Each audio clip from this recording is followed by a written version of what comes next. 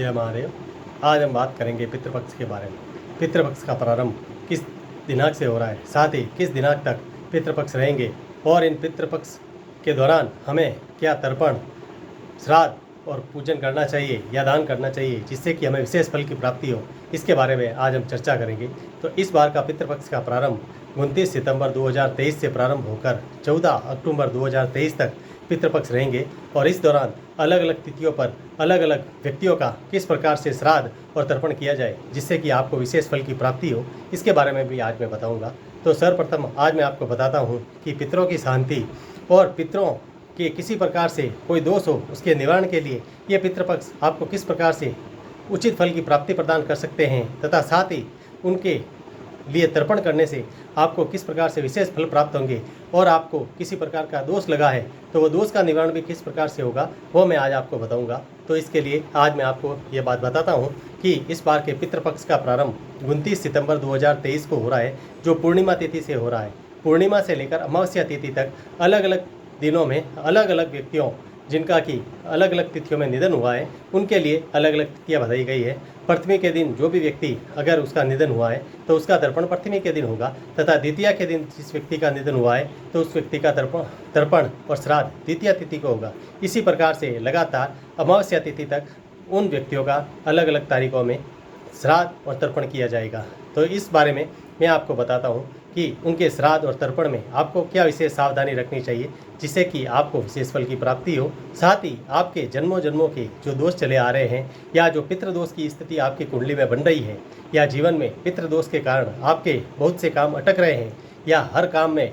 होने से पहले ही रुकावट आ जाती है, उनके लिए आपको क्या उपचार करना चाहिए जिससे कि आपको पितृदोष का निवारण भी हो जाए और आपके पूर्वजों को शांति भी मिले और उनके आत्मा की शांति और मोक्ष के लिए आपको जो फल प्राप्त करना चाहते हैं वह भी आपको मिल सके। तो ये पितृपक्ष उस कार्य के लिए महत्वपूर्ण है तथा इस पितृपक्ष में अगर आप विशेष रूप से मैं आपको जो बताता हूँ अगर प्रयोग करेंगे तो आपको पितृदोष का निवारण भी हो जाएगा, साथ ही आपको पितृदोष में किसी प्रकार से हो रही समस्या का भी समाधान हो जाएगा। तो इस प्रकार आज आपको मैं बताता हूँ कि पितृदोष के निवारण के लिए आपको तर्पण करना चाहिए और तर्पण के लिए क्या सामग्री चाहिए वो मैं आपको बताता हूँ। तो तर्पण करने के लिए आपको सर्वप्रथम सामग्री जो जो चाहिए वो आप लिख लीजिए। इसके लिए आपको काले तिल चाहिए, उसके बाद में थोड़े से जौ चाहिए और उसके साथ में आपको कुसा चाहिए और कच्चा दूध और गंगा जल और शुद्ध जल और उसके साथ में आपको तांबे का एक लोटा चाहिए।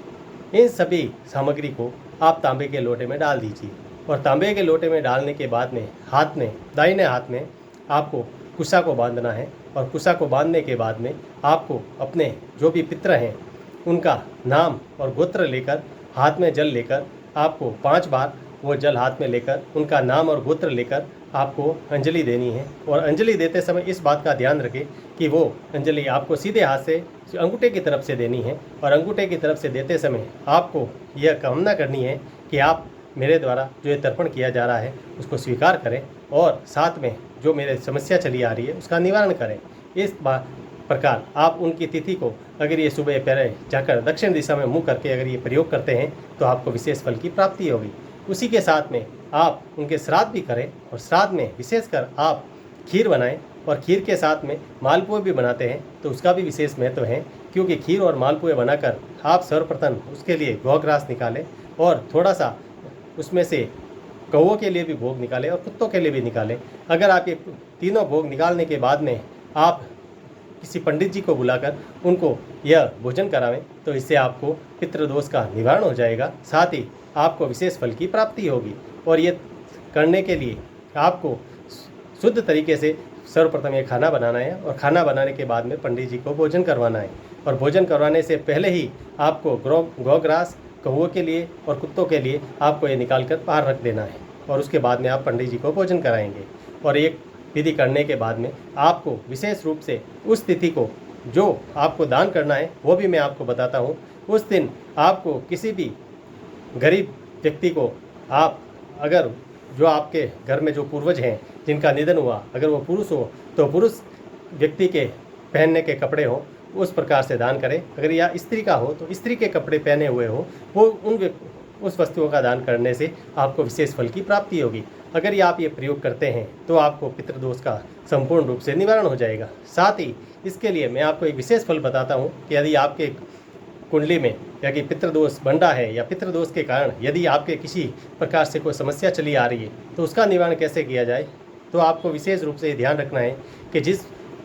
व्यक्ति का आपके परिवार में निधन हुआ है, अगर ये पितृ के रूप में हो तो आपको दक्षिण दिशा की तरफ आपको एक सरसों का दीपक जलाना है और सरसों के तेल के दीपक में आपको थोड़े से उसमें काले तिल रखने हैं और काले तिल और सरसों का तेल का दीपक जलाकर दक्षिण दिशा की तरफ उस दीपक को लगाकर रखना है और वह दीपक सुबह से शाम तक जलता रहे। इस बात का विशेष ध्यान रखें। अगर ये दीपक आप जला देते हैं तो इसमें आपको पितृदोष का पूर्ण रूप से निवारण हो जाएगा और पर्टिकुलर आप उस तिथि को लगाएंगे तो आपको इस विशेष फल की प्राप्ति होगी। साथ ही आपको यह भी ध्यान रखना है कि वह दीपक दिन भर चलता रहे जिससे कि आपको उचित फल की प्राप्ति हो जाए। और ये तर्पण और श्राद्ध करते हैं तो आपको विशेष फल की प्राप्ति होगी। इसलिए आप इस पितृ पक्ष में अगर ये तर्पण दान करते हैं तो आपको विशेष फल की प्राप्ति होगी। साथ ही यदि किसी व्यक्ति को आपके पूर्वज की निधन किस तिथि को हुआ है या यदि यह पता नहीं हो तो सर्वपितृ अमावस्या जो 14 अक्टूबर 2023 को आएगी उस दिन करेंगे तो आपको विशेष फल की प्राप्ति होगी।